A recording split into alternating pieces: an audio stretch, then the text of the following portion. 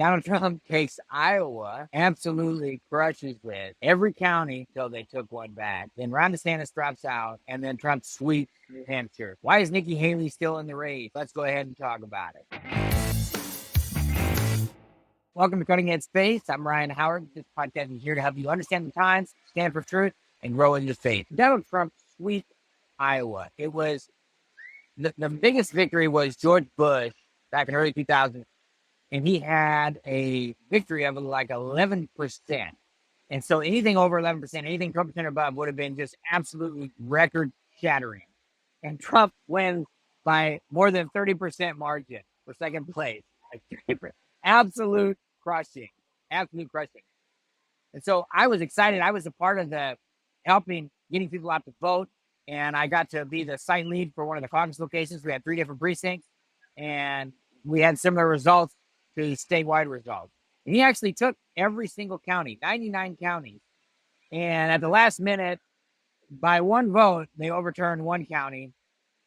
So he got 98 out of 99 counties. And that's the first time that's ever happened in an election where there was a challenger, where there was not just a standalone primary for people by themselves. And praise God. That's what's needed. He's the candidate that stands out. I've done articles on him. I've done podcasts on him. And I've done it for Charisma Magazine. And I'll put those in the show notes. You need to check those out if you haven't seen them already. But there's a reason he's the chosen candidate for evangelicals, for charismatics, for Christians, and for conservatives.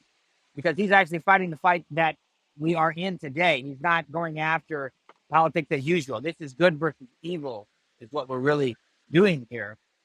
And, well, we saw after he won this that Ron DeSantis dropped out. Now, DeSantis got second place. And so for him to drop out, it sure seems like that he dropped out before New Hampshire and then endorsed Trump. And so for him to drop out, it seems like maybe there was a conversation between him and the Trump campaign. And maybe there's something, whether he's going to be on the ticket with Trump or something in the administration, something, because it doesn't make sense that he would really drop out getting second place. It does because he lost by so much. And so that by itself makes sense.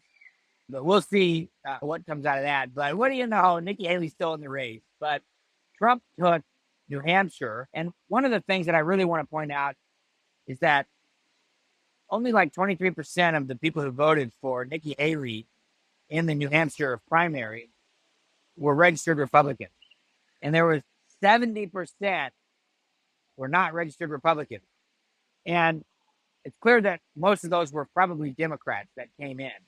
And the left and other people who support Nikki from the establishment are trying to say that those are all independent voters. Right. Yeah, like there's 70% independent voters. All these people are talking about how Trump needs independent, or Trump needs to, yes, he does need to get the independents, but they're saying, oh, he needs to get suburban moms and this and that, and Nikki would be great. And it's like, no, absolutely not. She's the opposite of what Trump needs. She's establishment as it comes. What we need to be concerned with is the fake votes that are going to be trying to come in from the left, from the Democrats, the cheating.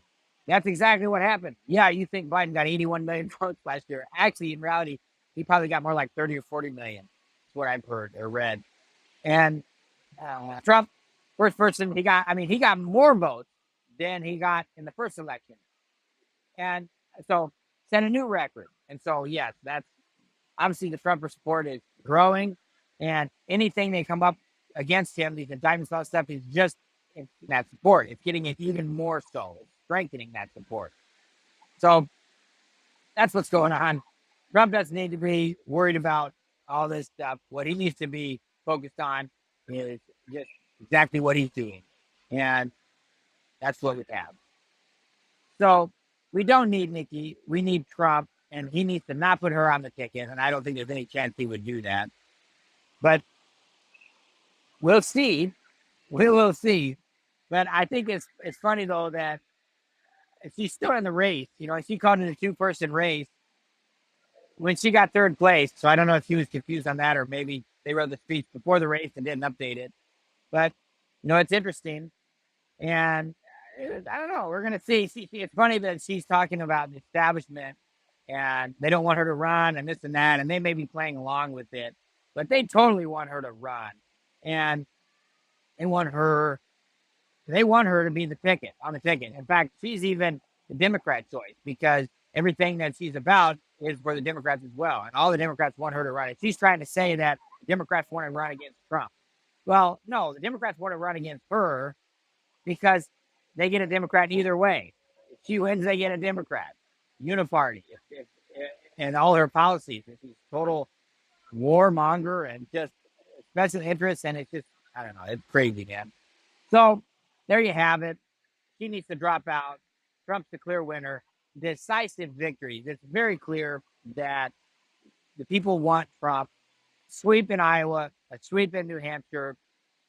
Absolutely no path for her to come to victory. Even in her home state, South Carolina, that's coming up, where she was governor, it's not going to happen. And she can't even do that. She didn't even get the endorsement from Tim Scott, which is the senator from her own state.